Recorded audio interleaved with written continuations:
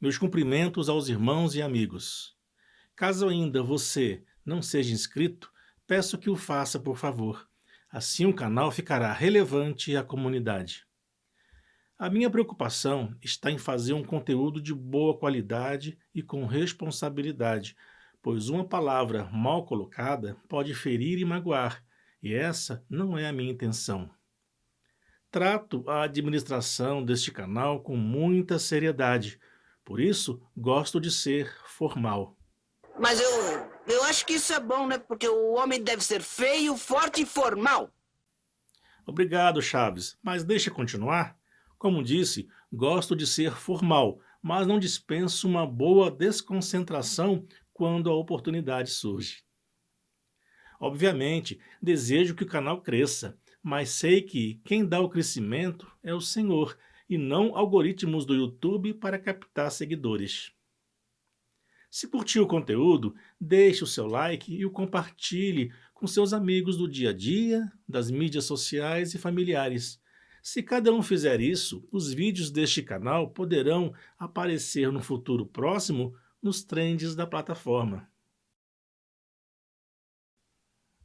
O assunto de hoje é a continuação da série de vídeos sobre dependência química, drogas lícitas. O foco aqui estará sobre os medicamentos. Versículo-chave, terceira epístola de João, capítulo 1, versículo 2.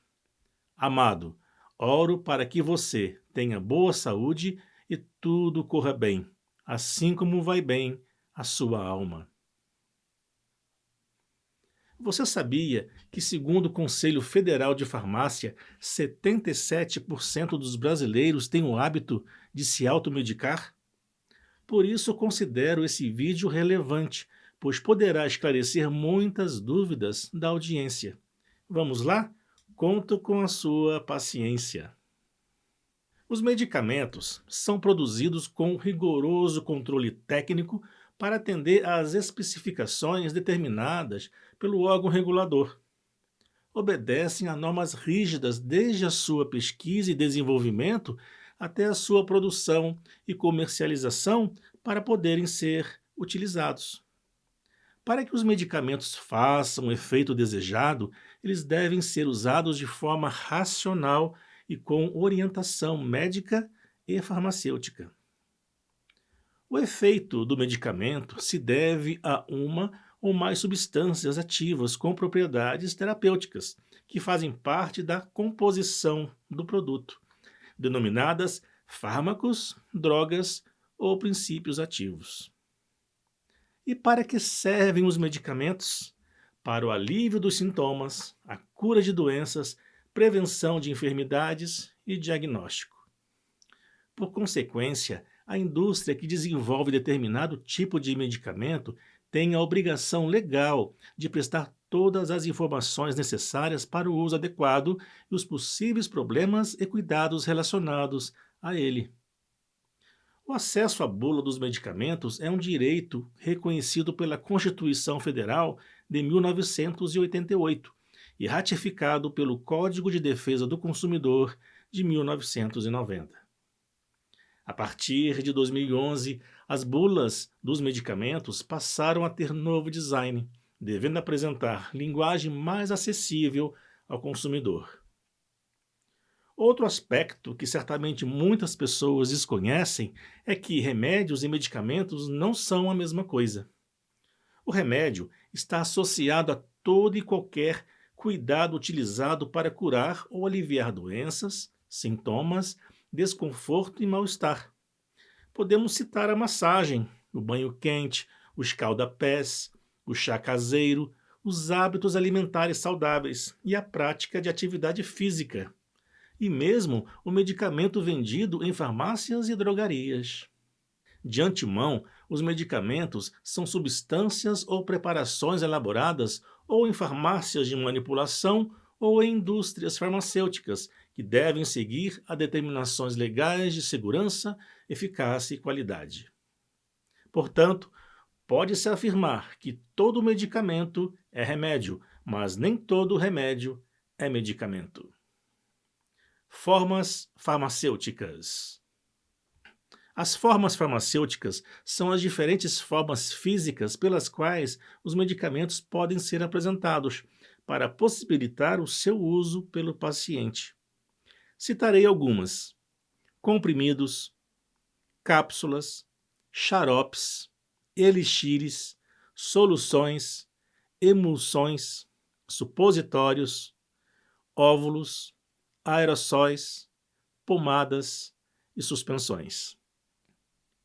Essas distintas formas farmacêuticas existem para facilitar a administração do medicamento, garantir a precisão da dose, proteger a substância durante o percurso pelo organismo, garantir a presença no local de ação e facilitar a ingestão da substância ativa.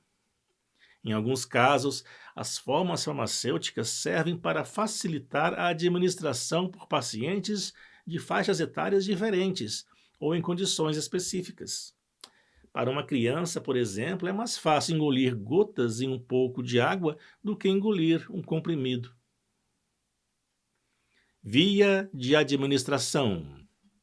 A via de administração dos medicamentos é a maneira como o medicamento entra em contato com o organismo. É a sua porta de entrada, podendo ser oral, retal, parenteral, tópica, vaginal, nasal, oftálmica e sublingual. Cada via é indicada para uma situação específica e apresenta vantagens e desvantagens. Cite a vantagem e a desvantagem de uma forma farmacêutica de sua escolha e deixe nos comentários. Tipos de medicamentos de acordo com o registro no órgão competente. Os medicamentos podem ser de referência, similar ou genérico. Medicamento de referência. É inovador, possui marca registrada, apresenta qualidade, eficácia terapêutica e segurança, comprovados através de um longo processo de pesquisa. Sua principal função é servir de parâmetros para registros de posteriores medicamentos similares e genéricos, quando sua patente expirar. Medicamento similar. Tem as mesmas características do medicamento de referência. No entanto, pode diferir em características relativas ao tamanho e forma do produto, prazo de validade, embalagem, rotulagem, entre outros, devendo sempre ser identificado pelo nome comercial ou marca. Medicamento genérico. É o mais conhecido por nós, não é mesmo? Ele é igual ao de referência, que se pretende ser por este substituído, geralmente produzido após a expiração ou renúncia da patente ou de outros direitos de exclusividade. Tem comprovada a sua eficácia, segurança e qualidade e é mais barato do que o medicamento de referência, já que os laboratórios não precisam investir em grandes pesquisas. Classificação dos medicamentos conforme a prescrição. É por meio da diferenciação dos receituários médicos que se controla a prescrição e a compra adequada do medicamento. Toda receita deverá estar escrita de modo legível, contendo nome e endereço do paciente, nome do medicamento, concentração e quantidade, como deve ser utilizado, data, nome, CRM do médico e assinatura. A receita pode ser branca simples, branca de controle especial, azul e amarela. Receita branca simples. Existem diversos medicamentos que não necessitam de receita médica, mas que só devem ser adquiridos quando prescritos por um profissional habilitado. Nesse caso, é utilizada apenas uma receita simples, com uma via, geralmente em papel de cor branca. A receita branca especial é designada para remédios de uso controlado, tais como antibióticos, antirretrovirais, anabolizantes, antipsicóticos, anticonvulsionantes e alguns imunossupressores. É necessária a prescrição em 2 vias, uma para o paciente e outra para a farmácia. A receita médica, nesse caso, costuma possuir validade de 30 dias após a sua emissão e limita a quantidade de medicamento para o tratamento durante este período. A receita azul é indicada para a prescrição de psicofármacos como benzodiazepínicos, barbitúricos e anorexígenos. Cada receituário pode conter a prescrição de apenas uma substância, com quantidade necessária para tratamento durante 30 dias, que é também o período de validade da receita. A receita amarela é para medicamentos extremamente controlados, como entorpecentes e alguns psicotrópicos, pois causam dependência química. Os medicamentos com prescrição dividem-se em 2 grupos, sem retenção da receita e com retenção da receita. O medicamento sem retenção da receita apresenta tarja vermelha na embalagem com o seguinte texto: venda sob prescrição médica. O medicamento com restrição da receita apresenta tarja vermelha ou tarja preta na embalagem com o seguinte texto: venda sob prescrição médica, só pode ser vendido com retenção da receita. Cuidados com os medicamentos. Com o medicamento em mãos, os principais cuidados são fazer uso dele conforme a prescrição médica e como armazená-lo. Quanto ao armazenamento, os principais aspectos a se observar no momento de guardá-lo são: se é de fácil acesso, seguro e fora do alcance das crianças, para evitar uma ingestão acidental de medicamento. Se está protegido da luz direta, do calor e da umidade. Vale lembrar que locais quentes como a cozinha e úmidos como o banheiro não são adequados para guardar medicamentos. Esses ambientes podem causar alterações em sua composição, diminuindo sua eficácia ou causando efeitos tóxicos, mesmo estando dentro do prazo de validade. Outros cuidados a serem observados: respeitar a temperatura de conservação do medicamento contida na bula ou rótulo. Conservar o medicamento na embalagem original. Não remover o rótulo das embalagens. Observar a data de validade. Curiosidades.